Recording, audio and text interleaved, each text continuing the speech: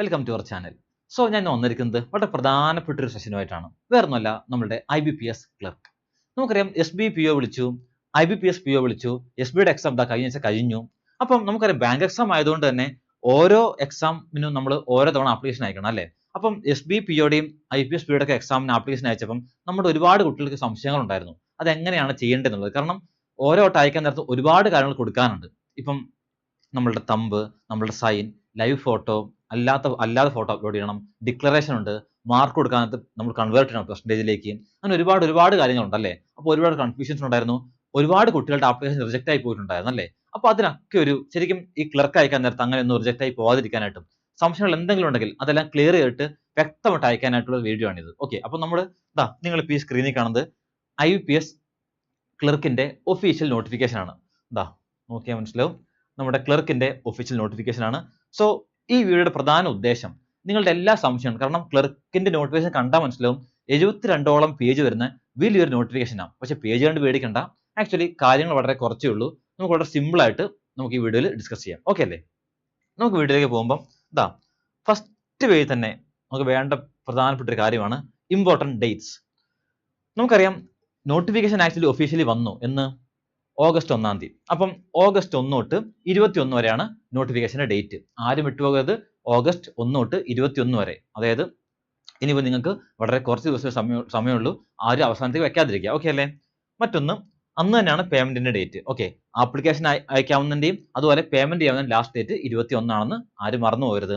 ഇത്തവണ മറ്റൊരു പ്രധാന ഒരു ചേഞ്ച് വന്നേക്കുന്നത് ഒരു എഡിറ്റ് വിൻഡോ ഓപ്പൺ ആയിട്ടുണ്ടെന്നുള്ളതാണ്. അതായത് നിങ്ങൾക്ക് ആപ്ലിക്കേഷൻ ഫില്ല് ചെയ്ത് പേയ്മെന്റ് കഴിഞ്ഞാലും 2 ദിവസത്തേക്ക്, അതായത് for 2 days after closure of registration കഴിഞ്ഞ് 2 ദിവസത്തേക്ക് നിങ്ങൾക്ക് പേയ്മെന്റ് വിൻഡോ ഓപ്പൺ ആയിരിക്കും. എന്ന് പറയുമ്പം 21 രജിസ്ട്രേഷൻ കഴിഞ്ഞ് കഴിഞ്ഞാൽ 23 വരെ നിങ്ങൾക്ക് പേയ്മെന്റിന്റെ വിൻഡോ ഓപ്പൺ ആയിരിക്കും. സോ നിങ്ങൾക്ക് എന്തെങ്കിലും തിരുത്തുകൾ വരുത്താനായിട്ട് സാധിക്കും. ഓക്കെ, നമുക്ക് അതിൽ ഡീറ്റെയിൽ ആയിട്ട് പോകാം.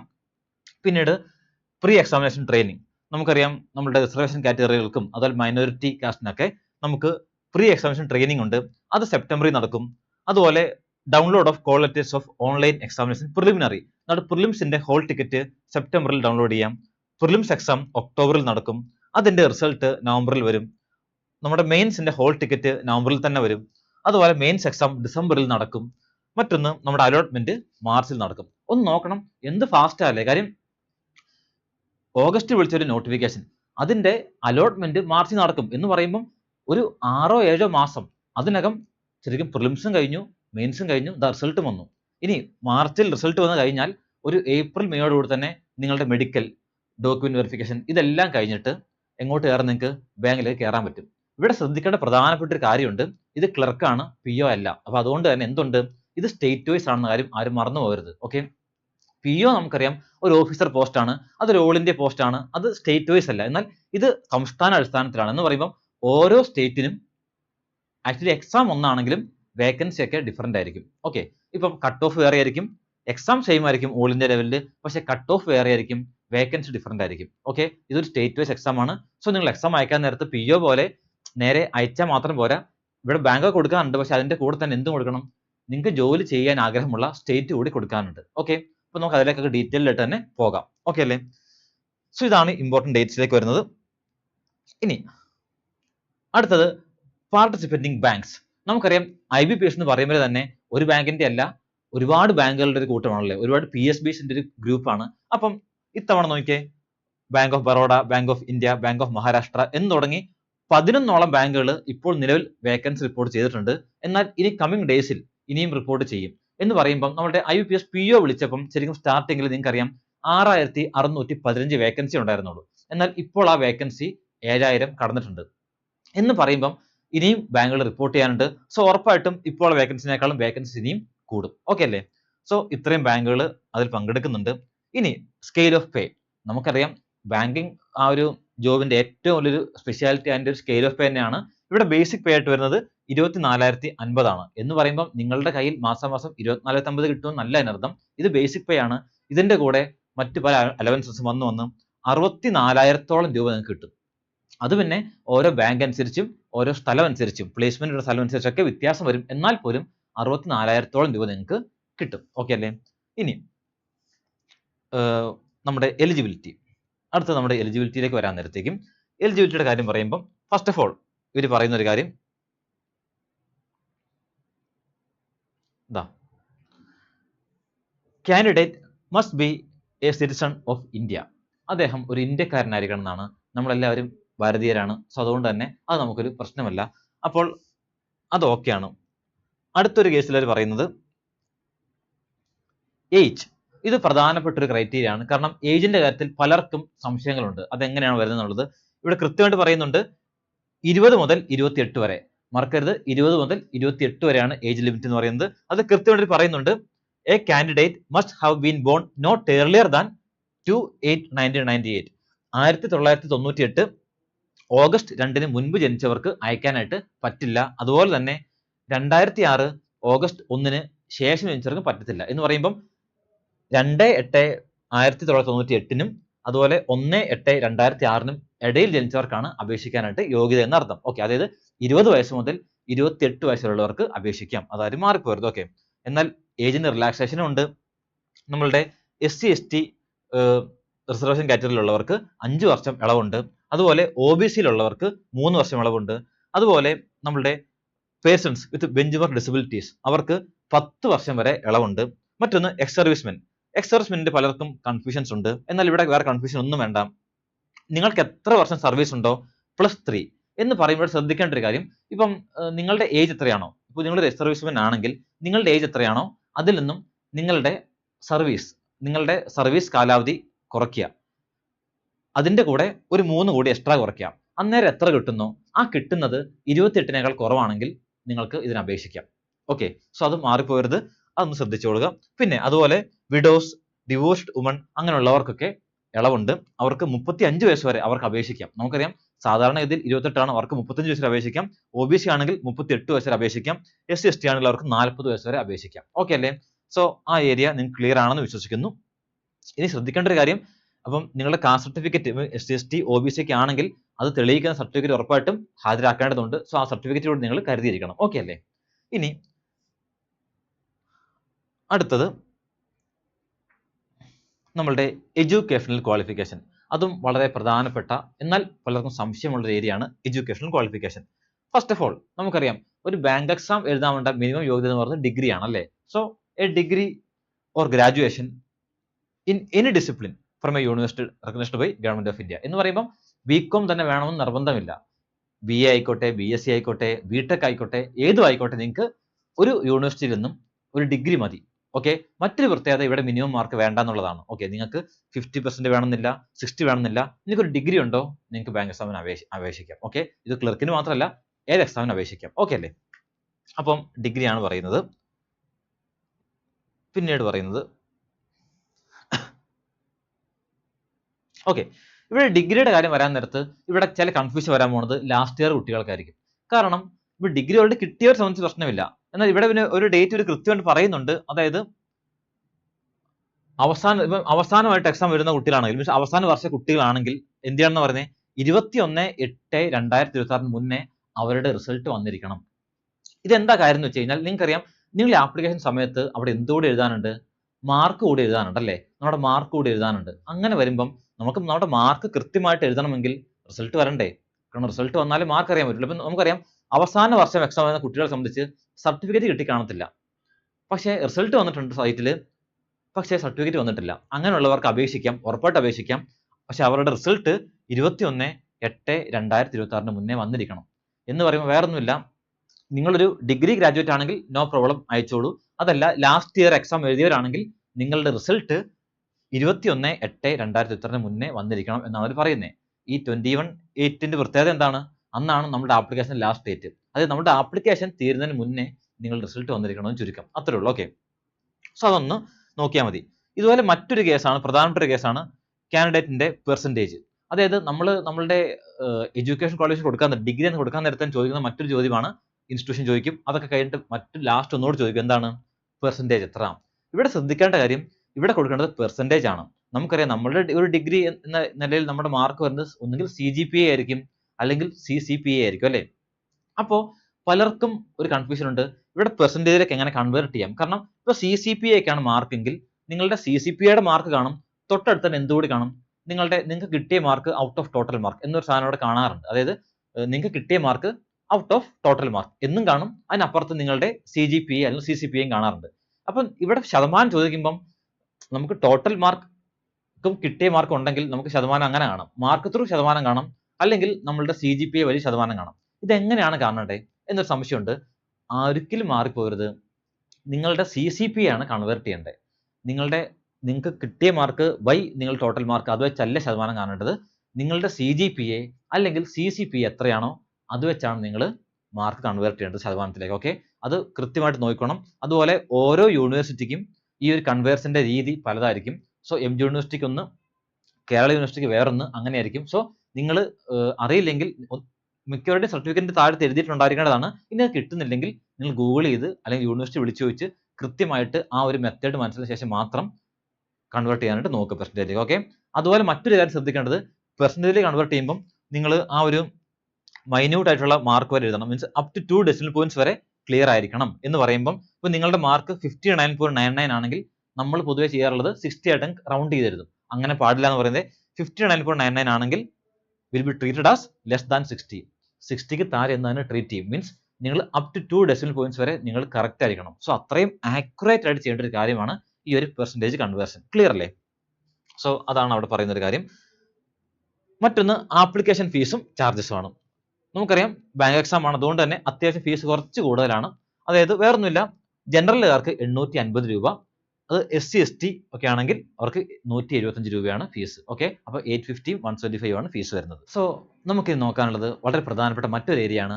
അതായത് നമ്മളുടെ പ്രിലിമിനറി മെയിൻസ് എക്സാമിന്റെ പാറ്റേൺ എന്ന് പറയുമ്പം ഇവിടെ നമുക്കറിയാം ഒരു ബാങ്ക് എക്സാമിന് പ്രിലിംസും മെയിൻസും ഉണ്ടാവും. അതിൽ പ്രിലിംസ് എന്ന് പറയുന്നത് ഒരു 1 hour എക്സാം ആയിരിക്കും.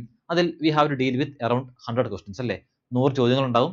ബാങ്ക് എക്സാം ആയതുകൊണ്ട് തന്നെ പ്രിലിംസിന് എന്തില്ല, GA ഇല്ല. എന്ന് പറയുമ്പം പ്രധാനപ്പെട്ട 3 ടോപ്പിക്സ് ഏതൊക്കെയാണ്? ഒന്ന് നമ്മളുടെ ഇംഗ്ലീഷ്, പിന്നെ ക്വാണ്ട്, പിന്നെ റീസണിങ്. അങ്ങനെ പ്രധാനപ്പെട്ട 3 ടോപ്പിക്സ് ഉണ്ട്. അതിനകത്തുനിന്നും ഇംഗ്ലീഷിന് 30 ക്വസ്റ്റ്യൻ, 30 മാർക്കാണ്, 20 മിനിറ്റ് ഉണ്ട്. ഇവിടെ ശ്രദ്ധിക്കേണ്ട കാര്യം സെക്ഷണൽ ടൈമിംഗ് ഉണ്ട്. ഓക്കെ, 1 hour ടോട്ടൽ ഉണ്ട്, അതിൽ സെക്ഷണൽ ടൈമിംഗ് ഉണ്ട്, സെക്ഷണൽ കട്ട് ഓഫും ഉണ്ട്. അത് മറന്നു പോകരുത്. സോ സെക്ഷണൽ ആയിട്ട് ടൈമിങ്ങും കട്ട് ഓഫും ഉണ്ട്. സോ ഇംഗ്ലീഷിന് 30 ക്വസ്റ്റ്യൻസ് 30 മാർക്സ് 20 മിനിറ്റ്സ്, ക്വാണ്ടിന് 35 ക്വസ്റ്റ്യൻസ് 35 മാർക്സ് 20 മിനിറ്റ്സ്, ആൻഡ് റീസണിങ്ങിന് 35 മാർക്സ് 35 ക്വസ്റ്റ്യൻസ് ആൻഡ് 20 മിനിറ്റ്സ്. എന്ന് പറയുമ്പോൾ ഓരോ ക്വസ്റ്റ്യനും ഓരോ മാർക്ക് വെച്ചിട്ടാണ്. മൊത്തം 100 ക്വസ്റ്റ്യൻ 100 മാർക്ക് 60 മിനിറ്റ്. അങ്ങനെയാണ് പാറ്റേൺ പോകുന്നത്. സെക്ഷണൽ കട്ട് ഓഫും ടൈമിങ്ങും ഉണ്ട്. ഓക്കെ അല്ലേ? ശ്രദ്ധിക്കേണ്ട മറ്റൊരു കാര്യം, നിങ്ങൾ ഓരോ സെക്ഷനിൽ കട്ട് ഓഫ് ഉള്ളതുകൊണ്ട് തന്നെ നിങ്ങൾ ഓരോ സെക്ഷനും നിങ്ങൾ എന്ത് ചെയ്യണം, സെപ്പറേറ്റ് ആയിട്ട് ക്ലിയർ ചെയ്യേണ്ടതായിട്ടുണ്ട്. ഓക്കെ, പക്ഷേ സെക്ഷനിൽ കട്ട് ഓഫ് പേടിക്കണ്ട, ഒരിക്കലും അധികം വരാറില്ല. ഓറൽ കട്ട് ഓഫ് ആണ് പൊതുവെ ക്ലർക്കിന് കൂടുതൽ വരാറ്, അതുകൊണ്ട് ശ്രദ്ധിച്ചാൽ മതി. ഓക്കെ, ഇനി മെയിൻസിലേക്ക് വരാൻ നേരത്തേക്കും നമുക്ക് എന്തുകൂടി ആഡ് ഓൺ ആയിട്ട് വരുന്നുണ്ട്, GA കൂടി വരുന്നുണ്ട്. അപ്പം മെയിൻസിന് ഇതുപോലെ തന്നെ സെക്ഷണൽ ടൈമിംഗ് ഉണ്ട്, സെക്ഷണൽ കട്ട് ഓഫ് ഉണ്ട്. പല കാറ്റഗറിക്കും പല ടൈമാണ് എന്ന് പറയുമ്പം നമ്മളുടെ GA നോക്കുവാണെങ്കിൽ 40 ക്വസ്റ്റ്യൻ ഉണ്ട്, 50 മാർക്കാണ്, 20 മിനിറ്റ്. ഇംഗ്ലീഷിലേക്ക് വരുമ്പോൾ 40 ക്വസ്റ്റ്യന് 40 മാർക്ക് 35 മിനിറ്റ്. റീസണിങ്ങിലേക്ക് വരുമ്പം 40 ക്വസ്റ്റ്യൻ 60 മാർക്ക് 35 മിനിറ്റ്. ക്വാണ്ടിലേക്ക് വരുമ്പം 40 ക്വസ്റ്റ്യൻ 50 മാർക്ക് 35 മിനിറ്റ്. അങ്ങനെ മൊത്തം 160 ചോദ്യങ്ങൾ 200 മാർക്ക് 125 മിനിറ്റ് ആണ് ടോട്ടൽ സമയം. സോ ചുരുക്കി പറഞ്ഞാൽ ഇതൊരു 2 മണിക്കൂറോളം നീളുന്ന വലിയൊരു എക്സാം ആണ് മെയിൻസ് എക്സാം എന്ന് പറയുന്നത്. അതിൽ നമുക്ക് 4 സെക്ഷനും കവർ ചെയ്യാനുണ്ട്. അതിൽ കണ്ടാൽ തന്നെ അറിയാം ഓരോ സെക്ഷനും പല സമയമാണ്. അതിൽ തന്നെ ഒരു ക്വസ്റ്റ്യൻ ഇപ്പം റീസണിങ്ങും ക്വാണ്ടൊക്കെ ആണെങ്കിൽ അതിൽ ഒരു ക്വസ്റ്റ്യന് മാർക്ക് ഒന്നല്ല, ഒന്നിൽ കൂടുതലുണ്ട്. റീസണിങ്ങിന് 40 ക്വസ്റ്റ്യൻ 60 മാർക്കാണ്, ക്വാണ്ടിന് 40 നിന്ന് 50 മാർക്കുണ്ട്.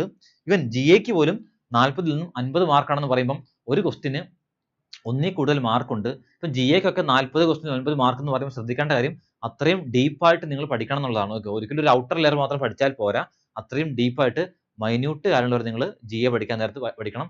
പത്രം വായന അത് വളരെ ഇമ്പോർട്ടൻ്റ് ആണ്. ഓക്കെ അല്ലേ? സോ ഇതാണ് മെയിൻസിന്റെ ഒരു പാറ്റേൺ എന്ന് പറയുന്നത്. ഇനി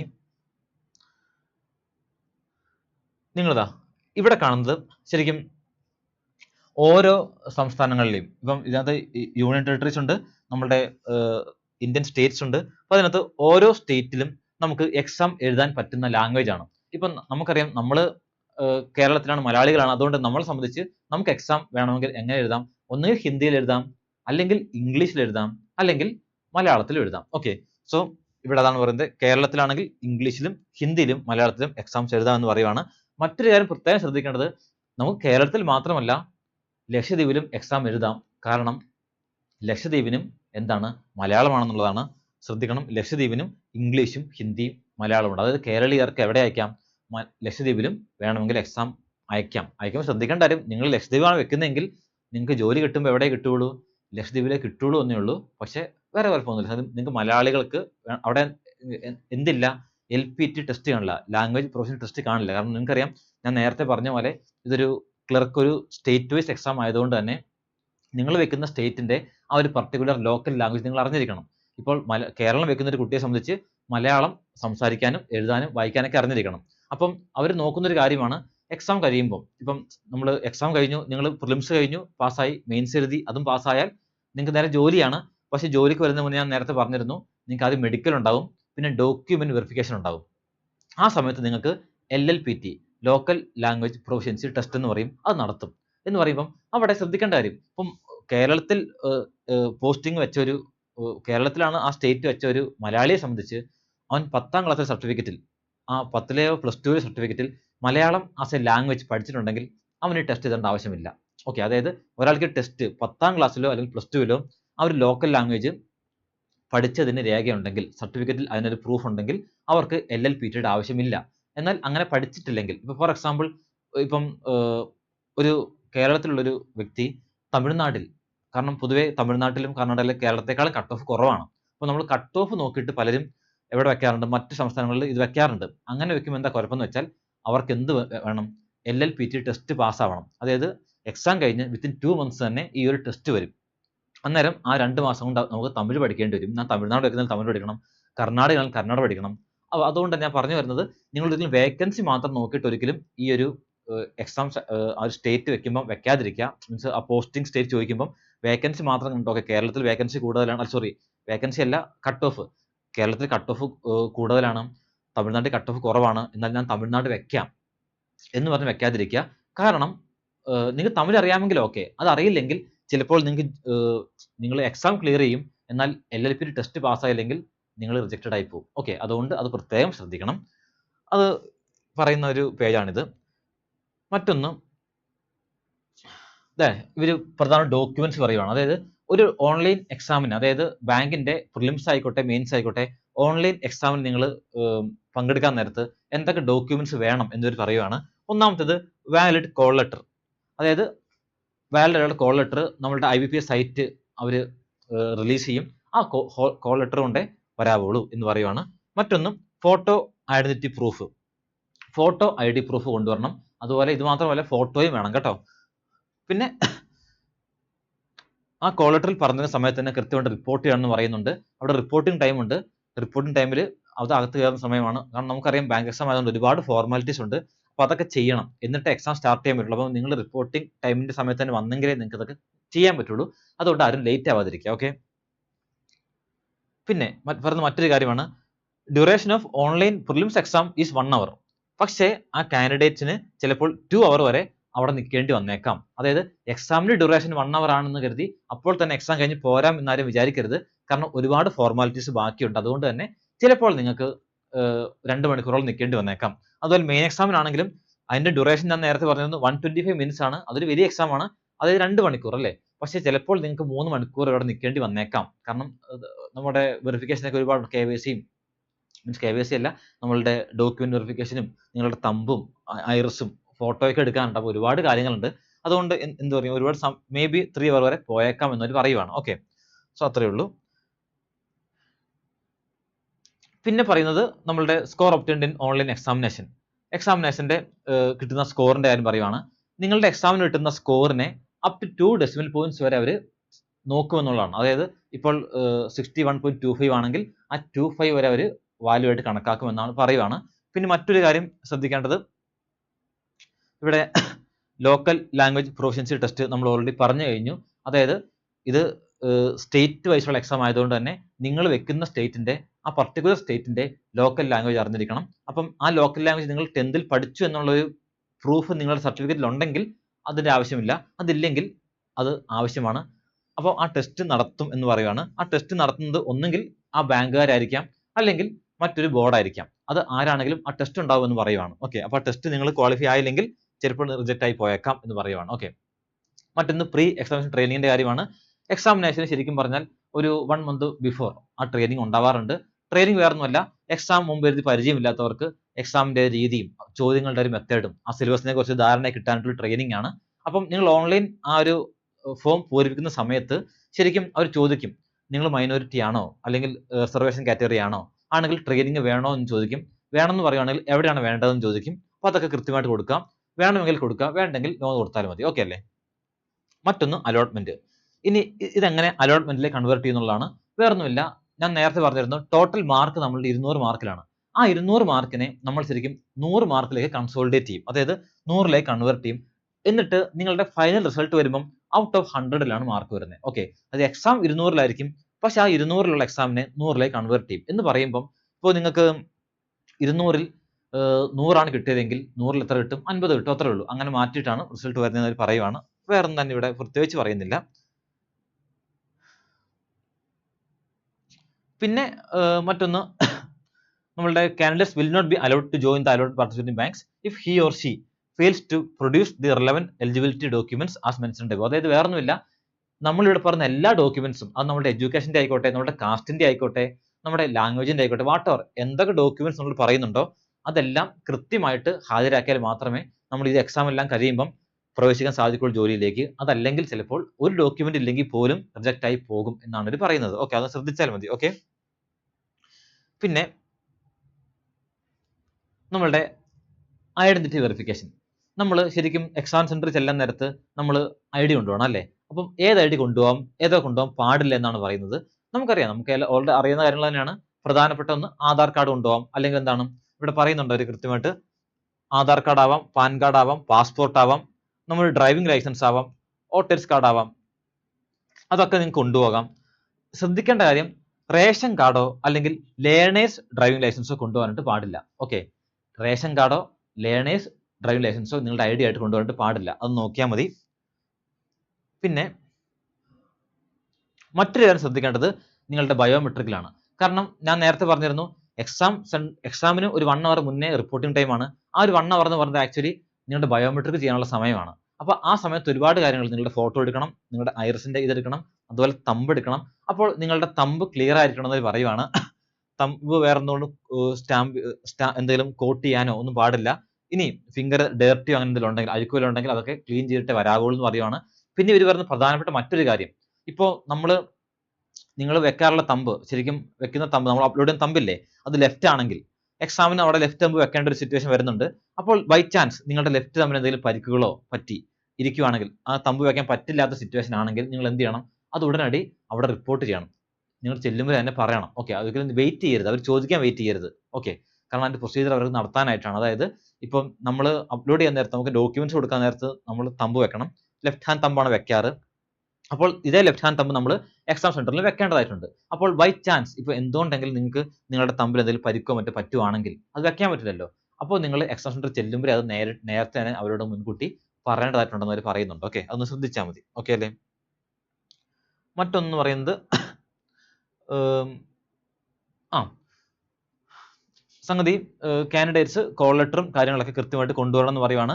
മറ്റൊരു കാര്യം ശ്രദ്ധിക്കേണ്ട ഒരു കാര്യം, ഇവിടെ പ്രിലിമിനറിയുടെ ഹോൾ ടിക്കറ്റ് അവർ തരാൻ നേരത്ത് അത് നിങ്ങൾക്ക് തിരിച്ച് തന്നു വിടും എന്നുള്ള കാര്യമാണ് അത് ഇവർ എടുത്ത് പറയുന്നുണ്ട്. അതായത് സാധാരണഗതിയിൽ ഹോൾ ടിക്കറ്റ് പണ്ടൊക്കെ എന്ന് വെച്ചാൽ അവർ ഹോൾ ടിക്കറ്റ് അവർ വാങ്ങിക്കാറാണ് പതിവ്. പക്ഷെ ഇത്തവണ വാങ്ങിക്കുകയല്ല ചെയ്യുന്നത്, അവർ സ്റ്റാമ്പ് ചെയ്ത് തിരിച്ചു തരും. മീൻസ് നിങ്ങൾ പ്രിലിംസിന് കൊണ്ടുവന്ന ഹോൾ ടിക്കറ്റ് അവർ സ്റ്റാമ്പ് ചെയ്തിട്ട് നിങ്ങൾക്ക് തിരിച്ചു തരും. ആ ഹോൾ ടിക്കറ്റ് നിങ്ങൾ സൂക്ഷിച്ചു വെക്കണം. കാരണം മെയിൻ എക്സാം നിങ്ങൾ എഴുതാൻ വരുമ്പോൾ ആ ഹോൾ ടിക്കറ്റ് കൂടി വേണം. മെയിൻ എക്സാം നിങ്ങൾ എഴുതാൻ വരുമ്പോൾ മെയിൻസിന്റെ ഹോൾ ടിക്കറ്റ് വേണം, അത് കൂടാതെ പ്രിലിംസിന്റെ ഹോൾ ടിക്കറ്റ് ഉണ്ടെങ്കിലേ എഴുതാൻ സാധിക്കുകയുള്ളൂ. സോ അതാരും മറക്കരുത്. മറ്റൊന്ന് പറയുന്നത് റഫ് ഷീറ്റിന്റെ കാര്യമാണ്. നിങ്ങൾ എക്സാം എഴുതിയവർക്ക് അറിയാം, നിങ്ങൾ എക്സാം എഴുതാൻ ചെല്ലാൻ നേരത്ത് തന്നെ അവിടെ എന്ത് കാണും? റഫ് ഷീറ്റ് കാണും. ആ റഫ് ഷീറ്റിൽ 3 എണ്ണം കാണും. അപ്പോൾ റഫ് ഷീറ്റിൽ നിങ്ങളുടെ പേരും ഡീറ്റെയിൽസ് ഒക്കെ എഴുതണം. അതിന് താഴത്തെ നിങ്ങൾക്ക് എന്തെങ്കിലും റീസണിങ് ക്വാണ്ടിലേക്ക് എന്തെങ്കിലും ചെയ്യാനൊക്കെ ഉണ്ടെങ്കിൽ റഫ് ഷീറ്റ് വേണമല്ലോ, അതിന് വേണ്ടിയാണ് തരുന്നത്. അത് നിങ്ങൾ എക്സാം എഴുതി കഴിയുമ്പം അത് അവരെ തന്നെ സേഫ് ആയിട്ട് ഏൽപ്പിക്കണം എന്ന് പറയുന്നത്. അത് നിങ്ങൾ കൊണ്ടുപോകരുത്, അത് അവരെ തന്നെ ഏൽപ്പിക്കണം. ഓക്കെ അല്ലേ? അത് പറയുവാണ്. പിന്നീട് ഹൗ ടു അപ്ലൈ, എങ്ങനെയാണ് അപ്ലൈ ചെയ്യേണ്ടത് എന്നുള്ളതാണ്. അത് വേറൊന്നുമില്ല, അതായത് അപ്ലൈ ചെയ്യാനായിട്ട് ഒരു ഫീസ് ഞാൻ നേരത്തെ നമ്മൾ പറഞ്ഞു കഴിഞ്ഞു. എത്രയാണ്? 850 ജനറലുകാർക്ക് 175 നമ്മുടെ റിസർവേഷൻ കാറ്റഗറി എന്ന് പറഞ്ഞു കഴിഞ്ഞു. അപ്ലൈ ചെയ്യേണ്ടത് വേറെ ഒന്നുമില്ല, നമ്മളുടെ IBPS ഒഫീഷ്യൽ സൈറ്റിൽ കയറുക. അവിടെ CRP-CSA എന്ന് പറയുന്ന ആ ക്ലർക്കിന്റെ ലിങ്ക് ആണത്. അതായത് CSA എന്ന് പറയുമ്പോൾ കസ്റ്റമർ സർവീസ് അസോസിയേറ്റ്സ്. അപ്പം ആ ലിങ്കിൽ കയറുക. CRP-CSA 16 അത് 16ാമത്തെ എക്സാം ആണ്, അതുകൊണ്ടാണ് 16ാമത്തെ വർഷമാണ് നടത്തുന്നത്, അതുകൊണ്ടാണ് 16 എന്ന് വന്നത്. സോ IBPS ഒഫീഷ്യൽ സൈറ്റിൽ കയറുക. അവിടെ CRP-CSA 16 എന്ന ആ ലിങ്കിൽ ക്ലിക്ക് ചെയ്യുമ്പോൾ നിങ്ങൾക്ക് കാണാൻ പറ്റും click here for new registration എന്നൊരു വിൻഡോ കാണാം, അല്ലെങ്കിൽ ഒരു ലിങ്ക് കാണാം. ആ ലിങ്കിൽ ക്ലിക്ക് ചെയ്യുക. അപ്പോൾ നിങ്ങൾ വേറൊരു പേജിലേക്ക് പോകും. ആ പേജിൽ ആക്ച്വലി നിങ്ങളുടെ പേര്, മൊബൈൽ നമ്പർ, ഇമെയിൽ ID ഇത് മൂന്നും കൊടുക്കുക. കൊടുക്കുമ്പോൾ ശ്രദ്ധിക്കേണ്ട കാര്യം, ആ മൊബൈൽ ഐഡിയും ആ ഇമെയിൽ ഐഡിയും നിങ്ങൾക്ക് തിരുത്താൻ പറ്റില്ല. അതുകൊണ്ട് തന്നെ അതും ഇനി അങ്ങോട്ടുള്ള IBPS നിങ്ങളുടെ കോൺടാക്ട് അതുവഴിയായിരിക്കും. IBPS നിങ്ങളെ കോൺടാക്ട് ചെയ്യുന്നത് ഫോൺ വിളിച്ചല്ല, ആ തന്നിരിക്കുന്ന പർട്ടിക്കുലർ മൊബൈലിൽ മെസ്സേജ് അയച്ചും അതുപോലെ മെയിൽ ഐഡിയിൽ മെയിൽ അയച്ചുമാണ്. അതുകൊണ്ട് തന്നെ അവിടെ കൊടുക്കുന്ന മൊബൈൽ നമ്പറും ഇമെയിൽ ഐഡിയും കൃത്യമായിരിക്കണം. ഓക്കെ, അപ്പം അവിടെ കൃത്യമായ മെയിൽ ഐഡിയും മൊബൈൽ നമ്പറും കൊടുത്ത് നിങ്ങളുടെ പേരും കൊടുത്ത് നിങ്ങൾ രജിസ്റ്റർ ചെയ്യുക. രജിസ്റ്റർ ചെയ്യാൻ നേരത്തേക്കും നിങ്ങൾക്ക് ഒഫീഷ്യലി ഒരു IDയും പാസ്വേഡും കിട്ടും.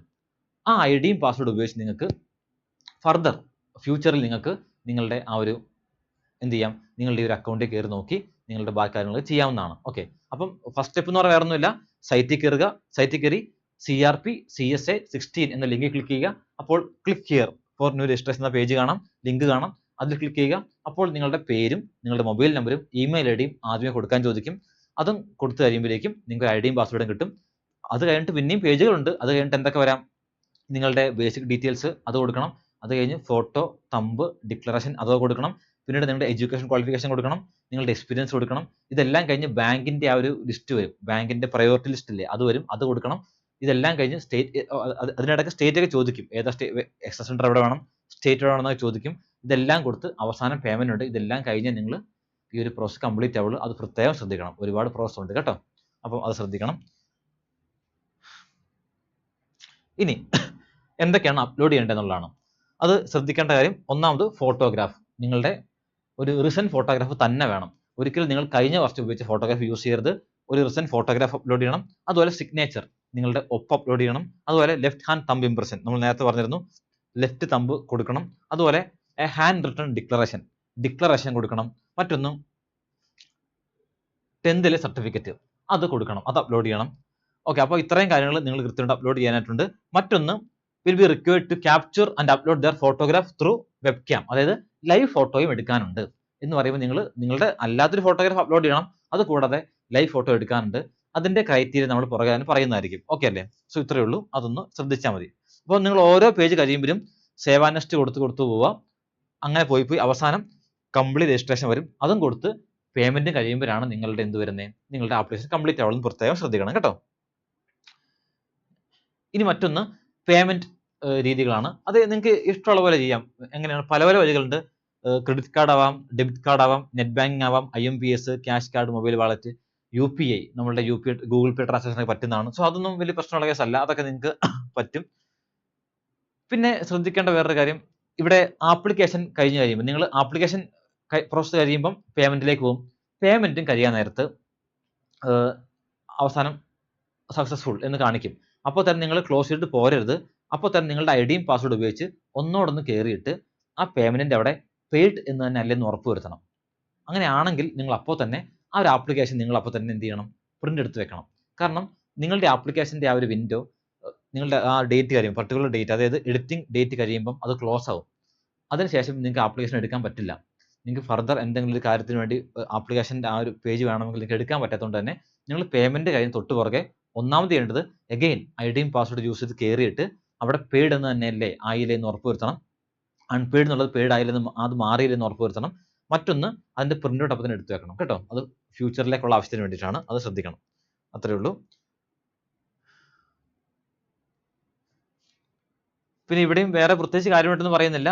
സംഗതി ക്ലോസിംഗ് ഡേറ്റിന് മുന്നേ തന്നെ കാര്യങ്ങൾ കൃത്യമായിട്ട് ചെയ്യണം എന്നവർ പറയുന്നതേ ഉള്ളൂ. സോ ഇവിടെയും മറ്റു കാര്യങ്ങളൊന്നും തന്നെയില്ല. ഇവിടെ ചില കാര്യങ്ങൾ, പ്രധാനപ്പെട്ട ചില പോയിന്റ്സ് അവർ പറയുന്നതേ ഉള്ളൂ. അതായത് എന്തെങ്കിലും ഈ നമ്മൾ പറഞ്ഞ കാര്യങ്ങളിൽ ഇപ്പം ഈ മെയിൻസ് ആയിക്കോട്ടെ, പ്രിലിംസ് ആയിക്കോട്ടെ, എന്തെങ്കിലും ചേഞ്ചസോ മറ്റോ ഉണ്ടെങ്കിൽ അത് IPSന്റെ ക്രെഡൻഷ്യലിലായിരിക്കും. അവർക്ക് വേണമെങ്കിൽ വരുത്താം, അധികാരമുണ്ടെന്ന് പറഞ്ഞതേ ഉള്ളൂ, വേറൊന്നുമില്ല. പിന്നെ ശ്രദ്ധിക്കേണ്ട പ്രധാനപ്പെട്ട ഒരു കാര്യം അവർ ബോൾഡിൽ കൊടുത്തിട്ടുണ്ട്, അതായത് അവരുടെ എല്ലാ കോണ്ടാക്ട്സും അവരുടെ മൊബൈൽ നമ്പറിൽ SMS ത്രൂവോ അല്ലെങ്കിൽ മെയിൽ ഐ ഡിയിൽ മെയിൽ ത്രൂവോ അയക്കുകയുള്ളൂ, അല്ലാതെ വേറെ ഒരു തരത്തിൽ അവർ അയക്കില്ല. സോ ഒരിക്കലും നിങ്ങൾ അത് മാറിപ്പോകരുത്. ഇടയ്ക്കിടയ്ക്ക് മെയിൽ ചെക്ക് ചെയ്യണം. അതുപോലെ ആക്റ്റീവ് മെയിൽ ആയിരിക്കണം കൊടുക്കുന്നത്, അതുപോലെ തന്നെ ആക്റ്റീവ് മൊബൈൽ നമ്പർ ആയിരിക്കണം. അത് ഒരിക്കലും അത് കട്ടായി പോകാനൊന്നും ഇടവരരുത്. ഓക്കെ, അത് ശ്രദ്ധിച്ചാൽ മതി.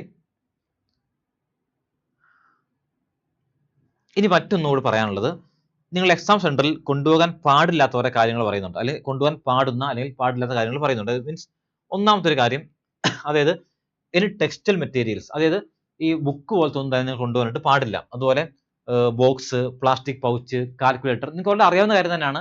ഒരു സാധാരണ എക്സാമിന് പോകുമ്പോൾ നമ്മളൊന്നും കൊണ്ടുപോകാൻ പാടില്ലല്ലോ, അത്രേ ഉള്ളൂ. അതായത് scale, writing pad, pen drive, table, electronic pen scanner, lock table, അതൊന്നും കൊണ്ടുപോകാനായിട്ട് പാടില്ല എന്ന് പറയുവാണ്. ഓക്കെ, അതുപോലെ മറ്റൊന്ന്, ഇനി communication device, mobile phone, Bluetooth, earphone, headset, ഇതൊന്നും തന്നെ കൊണ്ടുപോകാനായിട്ട് പാടില്ല. മറ്റൊന്ന് ഹാൻഡ് ബാഗ്, ഹെയർ പിന്ന്, ഹെയർ ബാൻഡ്, ബെൽറ്റ്, ക്യാപ്പ്, ഇതൊന്നും തന്നെ യൂസ് ചെയ്യാനായിട്ട് പാടില്ല എന്ന് പറയുവാണ്. പിന്നെ അതുപോലെ ഓർണമെന്റ്സ് ആയിട്ടുള്ള ring, nose pin, necklace, pendant, badge, ഇതൊന്നും തന്നെ യൂസ് ചെയ്യാനായിട്ട് മാക്സിമം യൂസ് ചെയ്യാൻ പാടില്ല, അത് അങ്ങോട്ടേക്ക് അലൗഡ് അല്ല എന്ന് പറയുവാണ് ഇവര്. അതുപോലെ വാച്ച് ഊരി വെക്കുക. അതുപോലെ ക്യാമറ ഡിവൈസസ് അങ്ങനെ എന്തെങ്കിലും ഉണ്ടെങ്കിൽ അതൊക്കെ എക്സാം സെന്ററിൽ കയറുന്നതിന് മുന്നേ തന്നെ ഊരി വെക്കാണ്ട് പ്രത്യേകം ശ്രദ്ധിക്കണം കേട്ടോ. അതുപോലെ മറ്റൊന്നൊരു പറയുന്നത്, ഇനി മെറ്റാലിക് ഐറ്റം, എന്തെങ്കിലും മെറ്റാലിക് ഐറ്റം ഉണ്ടെങ്കിൽ അത് നിങ്ങൾ ഊരി മാറ്റി വെക്കാനായിട്ട് നോക്കണം. അതുപോലെ ഇനി eatable item, open door packed water bottle, actually water ഒക്കെ നിങ്ങൾക്ക് സെന്ററിനകത്ത് അവൈലബിൾ ആണ്, അതുകൊണ്ട് വാട്ടർ ബോട്ടിൽ കൊണ്ടുവരേണ്ട ആവശ്യമില്ല. അതുപോലെ വേറെ ഫുഡ് ഐറ്റംസ് ഒന്നും കൊണ്ടുവരാനായിട്ട് അകത്ത് കയറ്റാനായിട്ട് പാടില്ല. ഓക്കെ, അതുപോലെ ഇനി ഹൈഡിങ് കമ്മ്യൂണിക്കേഷൻ ഡിവൈസസ്, എന്തെങ്കിലും ഹൈഡ് ചെയ്യുന്ന അങ്ങനത്തെ ഡിവൈസസ് ഉണ്ടെങ്കിൽ അതും കൊണ്ടുവരാൻ പാടില്ല. കാരണം ഒരിക്കൽ ഡീബാർ ചെയ്ത് കഴിഞ്ഞാൽ പിന്നീട് എക്സാം എഴുതാൻ ഭയങ്കര ബുദ്ധിമുട്ടാണ്. അതുകൊണ്ട് ഇതൊന്നും എക്സാം സെന്ററിൽ പാടില്ല എന്നവർ പറയുവാണ്. ഓക്കെ, അതൊന്ന് ശ്രദ്ധിച്ചാൽ മതി.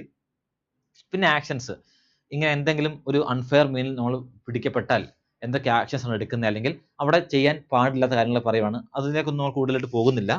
ഇനി മറ്റൊന്ന്, ഇതൊരു പ്രധാനപ്പെട്ട ഏരിയ ആണ്, അതായത് ഓരോ സ്റ്റേറ്റ് വൈസുള്ള, നമുക്കറിയാം ഞാൻ നേരത്തെ പറഞ്ഞിരുന്നു ഇതൊരു സ്റ്റേറ്റ് വൈസ് എക്സാം എന്ന് പറഞ്ഞിരുന്നു.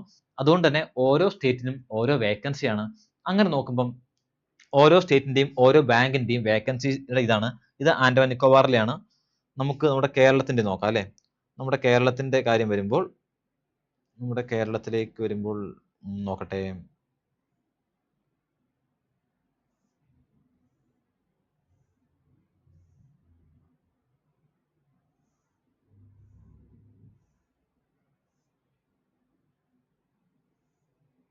കേരളം കുറച്ചുകൂടെ പുറകിലെന്ന് തോന്നുന്നു.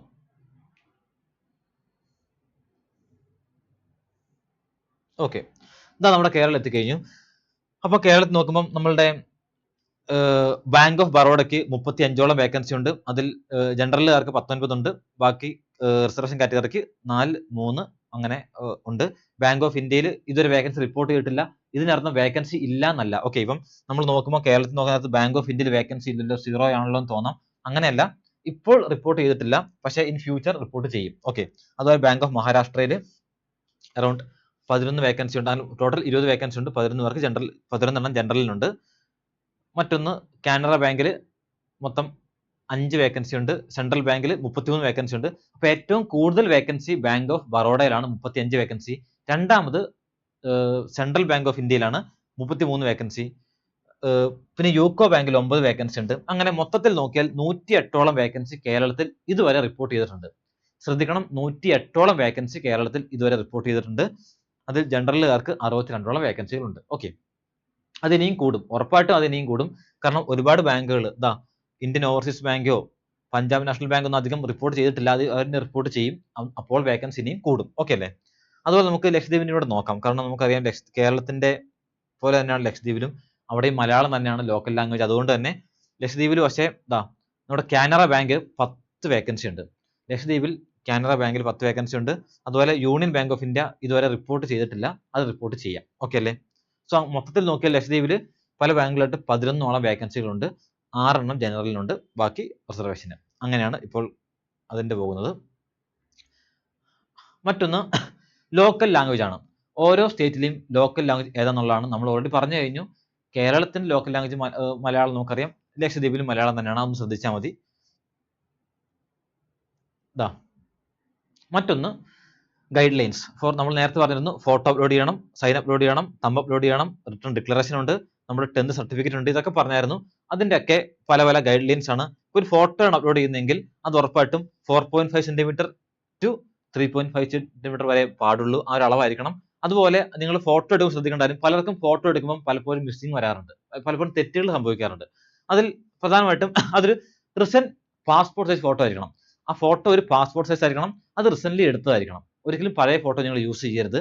മറ്റൊന്ന് ശ്രദ്ധിക്കേണ്ടത്, അതൊരു എന്താണ്, ബാക്ക്ഗ്രൗണ്ട് വൈറ്റ് ആണെങ്കിൽ കൊള്ളാം, വൈറ്റോ അല്ലെങ്കിൽ ലൈറ്റ് കളറോ ആയിരിക്കണം, അല്ല ഡാർക്ക് ബാക്ക്ഗ്രൗണ്ട് ആയിട്ട് ഫോട്ടോ എടുക്കരുത് എന്ന് പറയുന്നുണ്ട്.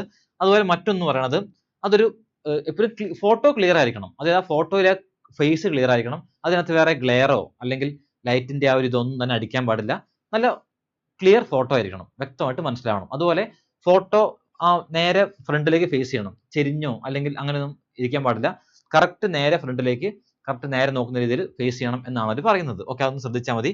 അതുപോലെ നിങ്ങൾ ഗ്ലാസ് യൂസ് ചെയ്യുന്നുണ്ടെങ്കിൽ, സ്പെക്ക് യൂസ് ചെയ്യുന്നുണ്ടെങ്കിൽ സ്പെക്ക് യൂസ് ചെയ്യാം, പക്ഷെ അതിന്റെ ഗ്ലെയർ ഒരിക്കലും അടിച്ച് നിങ്ങളുടെ കണ്ണ് മീൻസ് കാണാൻ പറ്റാത്ത രീതിയിൽ ആ രീതിയിലേക്ക് വരരുത്. ഓക്കെ, ഫേസ് ക്ലിയർ ആയിട്ട് കാണണം.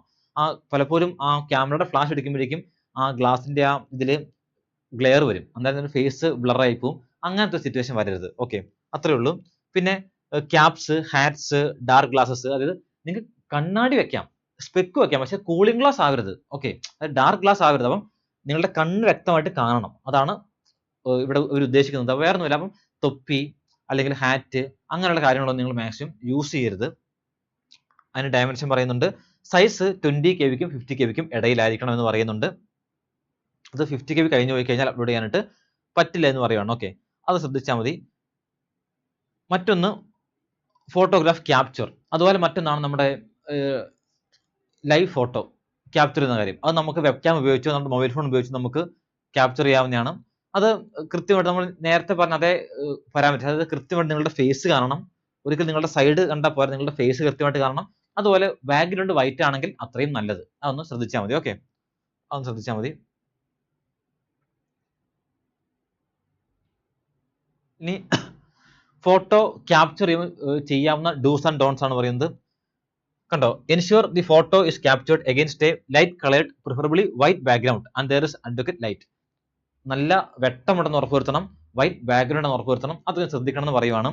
മറ്റൊന്ന്, അതും ഒരു പാസ്പോർട്ട് സൈസ് ആയിരിക്കണം, അതായത് നിങ്ങളുടെ ഈ ഒരു ഏരിയ ഇവിടെ വരെ കണ്ടാൽ മതി, അല്ലാതെ ഒരു ഫുൾ ബോഡി ഇതിൽ നിങ്ങൾ ഒരിക്കലും അങ്ങനെ സെൽഫി എടുത്ത് അല്ലെങ്കിൽ അങ്ങനെയല്ല അയക്കേണ്ടതെന്ന് ഒരു പ്രത്യേകം പറയുന്നുണ്ട്. ഇനി ചെയ്യാൻ പറ്റാത്ത കാര്യങ്ങൾ, അതും സ്മോൾ സൈസ് തീരെ ചെറുതായി പോരെന്ന് പറയുന്നുണ്ട്. അതുപോലെ സൺഗ്ലാസ് ഒക്കെ വെയർ ചെയ്തുകൊണ്ട് ഒരിക്കലും ഫോട്ടോ എടുക്കരുതെന്ന് പറയുന്നുണ്ട്. അതുപോലെ ഫേസിലേക്ക് വരെ ഷാഡോ ഒന്നും അടിക്കരുത്, നിഴലൊന്നും അടിക്കരുത് എന്ന് പറയുന്നുണ്ട്. ഫേസ് കൃത്യമായിട്ട് കാണണം, അത്രേ ഉള്ളൂ. ഓക്കെ, അതുപോലെ ഡാർക്ക് ഇതിൽ ഇരുന്നുകൊണ്ട് ഫോട്ടോ എടുക്കാതിരിക്കാൻ പ്രത്യേകം ശ്രദ്ധിക്കണം എന്ന് പറയുന്നുണ്ട്. ഓക്കെ, ഇനി മറ്റൊന്ന് സിഗ്നേച്ചറിന്റെ കാര്യമാണ്. സിഗ്നേച്ചർ ശ്രദ്ധിക്കേണ്ട കാര്യം, പണ്ട് ഇതില്ലായിരുന്നു, പക്ഷെ ഇത്തവണ പലപ്പോഴും നമ്മുടെ കുട്ടികൾക്ക് തന്നെ മാറിപ്പോയിട്ടുണ്ട്. അതായത് സിഗ്നേച്ചർ ബ്ലാക്ക് ഇങ്ക് പെന്നുകൊണ്ട് തന്നെ വേണം എന്നൊരു എടുത്ത് പറയുന്നുണ്ട്. പലപ്പോഴും പണ്ടൊക്കെ അങ്ങനെ ഇല്ലായിരുന്നു, പണ്ട് ബ്ലൂവും ബ്ലാക്കും ഉപയോഗിക്കാതെ, പക്ഷെ ഇപ്പം അങ്ങനെയല്ല, സിഗ്നേച്ചർ ബ്ലാക്ക് ഇങ്ക് പേനോട് തന്നെ ഉപയോഗിക്കണം. സോ അത് ശ്രദ്ധിക്കണം. അത് വൈറ്റ് പേപ്പറിൽ, ഓക്കെ, വൈറ്റ് പേപ്പറിൽ വിത്ത് ബ്ലാക്ക് ഇങ്ക് ആണ് സിഗ്നേച്ചർ യൂസ് ചെയ്യേണ്ടതെന്ന് ശ്രദ്ധിച്ചോണം. ഡയമെൻഷൻ 140/60 ആണ്. പിന്നെ സൈസ് 10 KB to 20 KB ആണ്, അത് ശ്രദ്ധിച്ചാൽ മതി. സിഗ്നേച്ചർ ഒരിക്കലും ക്യാപിറ്റൽ ലെറ്ററിൽ എഴുതാൻ പാടില്ല എന്നും പറയുന്നുണ്ട്. ഓക്കെ, ക്യാപിറ്റൽ ലെറ്ററിൽ സിഗ്നേച്ചർ എഴുതാനായിട്ട് പാടില്ല, അതും അവർ പറയുന്നുണ്ട്. അത്രേ ഉള്ളൂ. പിന്നെ ലെഫ്റ്റ് തമ്പ് ഇംപ്രഷൻ, അതും ഇവർ പറയുന്നുണ്ട്. തമ്പിന്റെ കാര്യത്തിലേക്ക് വരുമ്പം വൈറ്റ് പേപ്പറിൽ ബ്ലാക്ക് ഓർ ബ്ലൂ ഉപയോഗിക്കാം, പക്ഷെ സിഗ്നേച്ചറിൽ മാറിപ്പോരുത്, ബ്ലാക്കേ യൂസ് ചെയ്യാൻ പാടുള്ളൂ. പിന്നെ ഡയമെൻഷൻ 24/24 ആണ്, സോറി 240/240 ആണ്. അതുപോലെ file size 20 KB to 50 KB ആണ് പറയുന്നത്. അപ്പോൾ ഇവർ പറയുകയാണ്, if a candidate is not having a left thumb, അവർക്ക് അവരുടെ റൈറ്റ് തമ്പ് യൂസ് ചെയ്യാമെന്ന് പറയുവാണ്. ഓക്കെ, അത് ശ്രദ്ധിച്ചാൽ മതി. അതുപോലെ ഹാൻഡ് റിട്ടൺ ഡിക്ലറേഷൻ, നമുക്കറിയാം ഇപ്പം എല്ലായിടത്തും ഡിക്ലറേഷൻ എഴുതി കൊടുക്കണം. ഡിക്ലറേഷൻ ശ്രദ്ധിക്കേണ്ടത് ബ്ലാക്ക് ഇങ്കിലാണ്. അതായത് നമ്മളുടെ ചുരുക്കി പറഞ്ഞാൽ നമ്മളുടെ തമ്പ് ഒഴികെ ബാക്കി രണ്ടും, ഡിക്ലറേഷൻ ആയിക്കോട്ടെ നമ്മളുടെ ഒപ്പായിക്കോട്ടെ, ഇതെല്ലാം കൊടുക്കേണ്ടത് ബ്ലാക്ക് ഇങ്കിലാണെന്ന് ശ്രദ്ധിച്ചോണം. അതുപോലെ ഡിക്ലറേഷൻ ഡയമെൻഷൻ 800 to 400 ആണ്. അതുപോലെ 50 KB to 100 KB ആണ് അതിന്റെ സൈസ് വരുന്നത്. പിന്നെ അതൊരു JPG അല്ലെങ്കിൽ JPG ഫോർമാറ്റിലാണ് വേണ്ടത്. പിന്നെ ഇതാണ് ഡിക്ലറേഷൻ. ഓക്കെ, ഈ ഇറ്റാലിക്സിൽ കൊടുത്തതാണ് ഡിക്ലറേഷൻ. അപ്പോൾ അവിടെ ഈ അണ്ടർലൈൻ ഉള്ളിടത്ത് നിങ്ങളുടെ പേര് കൊടുക്കുക. ഓക്കെ, എന്നിട്ട് ബാക്കി അതുപോലെ എഴുതിയാൽ മതി. പിന്നെ ശ്രദ്ധിക്കേണ്ട കാര്യം, ഡിക്ലറേഷൻ ഒരിക്കലും ക്യാപ്ഷൻ എഴുതാൻ പാടില്ല. ഈ തന്നിരിക്കുന്ന പോലെ സ്മോൾ ലെറ്റർ യൂസ് ചെയ്ത് തന്നെ എഴുതുക. അത് പ്രത്യേകം ശ്രദ്ധിച്ചാൽ മതി, വേറൊന്നും തന്നെ ഇല്ല. വൈറ്റ് പേപ്പർ യൂസ് ചെയ്യുക. ഓക്കെ, ഇനി മറ്റൊന്ന്, നമ്മളുടെ 10ാം ക്ലാസ്സിൽ സർട്ടിഫിക്കറ്റ് അപ്ലോഡ് ചെയ്യണമെന്ന് പറഞ്ഞല്ലോ, അത് ഉറപ്പായിട്ടും JPG-യിലല്ല PDF-ലായിരിക്കണം. 10ൽ സർട്ടിഫിക്കറ്റ് അപ്ലോഡ് ചെയ്യുമ്പം അത് PDF ഫോർമാറ്റിലായിരിക്കണം. അത് A4 ഫോർമാറ്റിലായിരിക്കണം, A4 സൈസിലായിരിക്കണം. അതുപോലെ അതൊരിക്കലും 500 KB-യിൽ കൂടാനായിട്ട് പാടില്ല. അത് ശ്രദ്ധിച്ചാൽ മതി. ഓക്കെ, അത്രയേ ഉള്ളൂ. അതുപോലെ സിഗ്നേച്ചറും ലെഫ്റ്റ് തമ്പും ഒക്കെ ഡിക്ലറേഷനൊക്കെ ആ ആപ്ലിക്കന്റ് തന്നെ ആയിരിക്കണം. ഒരിക്കലും വേറെ ആരുടെയും ആവാനായിട്ട് പാടില്ല. അതൊക്കെ അവർ പ്രത്യേകം പറയുന്നുണ്ട്. അതൊക്കെ ഒന്ന് ശ്രദ്ധിച്ചാൽ മതി. അതൊക്കെ നിങ്ങൾക്ക് അറിയാവുന്ന കാര്യം തന്നെയാണ്. അതൊന്ന് ശ്രദ്ധിച്ചാൽ മതി. പിന്നെ ഡോക്യുമെന്റ് അപ്ലോഡ് ചെയ്യാൻ നേരത്ത് ശ്രദ്ധിക്കേണ്ട കാര്യങ്ങൾ അത് നിങ്ങൾക്ക് അറിയാം. അത് ഓക്കെയാണ്. ഓക്കെ, അപ്പോൾ സംഗതി ഇത്രയൊക്കെ തന്നെ ഉള്ളൂ കാര്യങ്ങൾ. അതായത് ശരിക്കും ആ ഒരു ആപ്ലിക്കേഷൻ കണ്ടാൽ നമുക്ക് പേടിയാവും. കാരണം 72ഓളം പേജുകളുണ്ട്. അയ്യോ ഇത്രയും ഉണ്ടോ എന്ന്. ആക്ച്വലി അത്ര ഇല്ല. ശരിക്കും നമുക്ക് വേണ്ടതായിട്ട് ആക്ച്വലി ശരിക്കും പറഞ്ഞാൽ ഒരു 10-30 പേജേ ഉള്ളൂ. ബാക്കിയെല്ലാം മറ്റ് ഒരുപാട് ഫോമുകളൊക്കെ തരുന്നുണ്ട് അവർ അവസാനത്തേക്ക്. കാരണം ഈ പറഞ്ഞ പോലെ നമുക്ക് റിസർവേഷൻ കാറ്റഗറി ആയിട്ടും അതുപോലെ നമ്മളുടെ ഡിസബിലിറ്റിയുടെ ആ ഒരു റേഞ്ചിലുള്ളവർക്കൊക്കെ അവർക്കൊക്കെ നമുക്ക് മാർക്കിന്റെ ആ ഒരു അളവ് കിട്ടണമെങ്കിൽ, ഈ പറഞ്ഞ ആ ഒരു കാറ്റഗറിയിൽ അയക്കണമെങ്കിൽ, അതുപോലെ മാർക്കിൽ അളവ് കിട്ടണമെങ്കിലൊക്കെ ഒരു ഫോം പൂരിപ്പിക്കാനുണ്ട്. ആ ഫോമൊക്കെയാണ് ആക്ച്വലി ബാക്കി വരുന്നത്. അല്ലാത്ത പക്ഷം ശരിക്കും പറഞ്ഞാൽ വളരെ ചെറിയൊരു നോട്ടിഫിക്കേഷൻ തന്നെയാണ്. പക്ഷെ നിങ്ങൾക്ക് മനസ്സിലായി കാണും, ഒരുപാട് കാര്യം ശ്രദ്ധിക്കാനുണ്ട്. അത്രേ ഉള്ളൂ കാര്യങ്ങൾ. ഓക്കെ, അപ്പം നിങ്ങൾ ഒരിക്കലും 21 ലാസ്റ്റ് ഡേറ്റ്. അത് പിന്നെ 2 ദിവസം. അത് കഴിഞ്ഞാൽ പിന്നെ എഡിറ്റിംഗ് വിൻഡോ ഓപ്പൺ ആണ്. പിന്നെ എഡിറ്റ് ചെയ്യുമ്പോൾ പ്രത്യേകം ശ്രദ്ധിക്കേണ്ട കാര്യം, പേയ്മെന്റ് ചെയ്തെങ്കിലേ എഡിറ്റിംഗ് വിൻഡോ കിട്ടുള്ളൂ കേട്ടോ. അതായത് ഇപ്പം നിങ്ങൾ അറിയാലോ, August 1 മുതൽ August 21 വരെയാണ് ശരിക്കും ആപ്ലിക്കേഷൻ വിൻഡോ. അപ്പോൾ അന്ന് തന്നെയാണ് പേയ്മെന്റും ക്ലോസ് ചെയ്യുന്നത്. അപ്പം August 21-ന് പേയ്മെന്റ് ചെയ്ത ഒരാൾക്ക് 22, 23 തീയതികളിൽ എഡിറ്റ് ചെയ്യാൻ പറ്റുള്ളൂ. അതായത് എഡിറ്റ് ചെയ്തിട്ട് പേയ്മെന്റ് ചെയ്യാമെന്ന് വിചാരിക്കരുത്. August 21 രാത്രി 12 മണിക്ക് മുന്നേ തന്നെ പേയ്മെന്റ് നടത്തിയൊരു കുട്ടിക്ക് മാത്രമേ പിറ്റേ ദിവസവും അതിന്റെ പിറ്റേ ദിവസവും 21, 22, 23-ലായിട്ട് എഡിറ്റിംഗ് വിൻഡോ ഓപ്പൺ ആവുള്ളൂ. പിന്നെ ശ്രദ്ധിക്കേണ്ട വേറൊരു കാര്യം, എഡിറ്റിംഗ് ഒരു തവണ ചെയ്യാൻ പറ്റുള്ളൂ. നിങ്ങൾ ഒന്ന് എഡിറ്റ് ചെയ്തു, രണ്ടാമത് പിന്നെയും ഒന്ന് തിരുത്താൻ വെച്ചാൽ നടക്കില്ല. ഒരു വട്ടം എഡിറ്റിംഗ് പറ്റുള്ളൂ. അത് പ്രത്യേകം ശ്രദ്ധിക്കണം. അതുകൊണ്ട് പ്രത്യേകം സൂക്ഷിച്ച് ചെയ്യണം. പിന്നെ വേറൊരു കേസ്, എഡിറ്റിങ്ങിനകത്ത് നിങ്ങളുടെ പേരോ നിങ്ങളുടെ മെയിൽ ഐഡിയോ മൊബൈൽ നമ്പറോ ഒന്നും എഡിറ്റ് ചെയ്യാനായിട്ട് പറ്റില്ല. ഓക്കെ, അതും ശ്രദ്ധിച്ചോണം. പേരോ മൊബൈൽ നമ്പറോ മെയിൽ ഐഡിയോ മൂന്നും എഡിറ്റ് ചെയ്യാൻ പറ്റില്ല. അതുകൊണ്ട് വാലിഡ് ആയിട്ടുള്ള മൊബൈൽ നമ്പറും ഇമെയിൽ ഐഡിയും കൊടുക്കാനായിട്ട് പ്രത്യേകം ശ്രദ്ധിക്കണം. ഓക്കെ, അത്രേ ഉള്ളൂ. സോ ആരും അവസാനം വരെ നോക്കിക്കൊണ്ടിരിക്കാതെ പെട്ടെന്ന് അയക്കാൻ നോക്കുക. കാരണം സൈറ്റ് ഹാങ് ആയി കഴിഞ്ഞാൽ പിന്നെ അയക്കാൻ ഭയങ്കര പാടായിരിക്കും. അത് ശ്രദ്ധിക്കുക. അതുപോലെ എല്ലാവരുടെയും എക്സാം പ്രിപ്പറേഷൻസ് ഇപ്പോഴേ സ്റ്റാർട്ട് ചെയ്യണം. കാരണം ക്ലർക്കിന്റെ എക്സാം അറിയാമല്ലോ, സെപ്റ്റംബർ ഒക്ടോബറോടുകൂടി ക്ലർക്കിന്റെ എക്സാം വരും. സോ നമുക്കിനിയിപ്പം ഒരു 1-2 മാസമേ ഉള്ളൂ. സോ നമുക്ക് അധികം സമയമില്ല അല്ലേ, ഒരു 2-2.5 മാസം, അതിനകം തന്നെ എക്സാം എത്തിക്കഴിയും. സോ നമ്മുടെ ഒരു ക്ലർക്ക് എക്സാം വരവേക്കാനായിട്ട് നമ്മുടെ ടൈം ആക്ച്വലി നമ്മുടെ എല്ലാ സെന്ററിലും clerk special crash courses already start ചെയ്ത് കഴിഞ്ഞു. ശരിക്കും നമ്മുടെ ബാച്ചിലേക്ക് കുട്ടികൾ വന്നുകൊണ്ടിരിക്കുകയാണ്. സോ ശരിക്കും നമ്മുടെ പാലാരിവട്ടം, മൂവാറ്റുപുര, തൃപ്പൂണിത്തുറ, പെരുമ്പാവൂർ, ആലുവ, രേവൂരം ഈ 6 സെന്ററിലും അതുപോലെ ഓൺലൈനായിട്ടും സൺഡേ ബാച്ചായിട്ടും നമ്മുടെ ക്ലർക്കിന് സ്പെഷ്യൽ ആയിട്ടുള്ള ബാച്ച് സ്റ്റാർട്ട് ചെയ്ത് കഴിഞ്ഞു. സോ ആ ബാച്ചിനെ കുറിച്ച് അറിയാനായിട്ടും അതുപോലെ ഈ ഒരു നോട്ടിഫിക്കേഷനെ കുറിച്ച് എന്തെങ്കിലും നിങ്ങൾക്ക് സംശയങ്ങൾ ഉണ്ടെങ്കിൽ ഈ വീഡിയോ ഉപകാരപ്രദമായെന്ന് വിശ്വസിക്കുന്നു. എന്നാൽ പോലും നിങ്ങൾക്ക് ഫർദർ എന്തെങ്കിലും ഡേറ്റാസ് അല്ലെങ്കിൽ കാര്യങ്ങൾ അറിയണമെന്നുണ്ടെങ്കിൽ feel free to contact us. Okay, so എല്ലാവർക്കും ഈ വീഡിയോ യൂസ്ഫുൾ ആയെന്ന് വിശ്വസിക്കുന്നു. സോ എന്തെങ്കിലും സംശയങ്ങളോ കാര്യങ്ങളോ ഉണ്ടെങ്കിൽ, അതുപോലെ നമ്മുടെ സ്പെഷ്യൽ ബാച്ചസിനെ കുറിച്ച് എന്തെങ്കിലും അറിയണമെങ്കിൽ, ഫീസിനെ കുറിച്ച് അറിയണമെങ്കിൽ, നമ്മുടെ സിലബസിനെ കുറിച്ച് അറിയണമെങ്കിൽ നിങ്ങൾക്ക് feel free to contact us. ഞങ്ങളെ കോൺടാക്ട് ചെയ്യാം. സോ എല്ലാവർക്കും വീഡിയോ ഇഷ്ടപ്പെട്ടു എന്ന് വിശ്വസിക്കുന്നു. സോ ഇതുപോലത്തെ വീഡിയോ നമുക്ക് വീണ്ടും കാണാം. So thank U.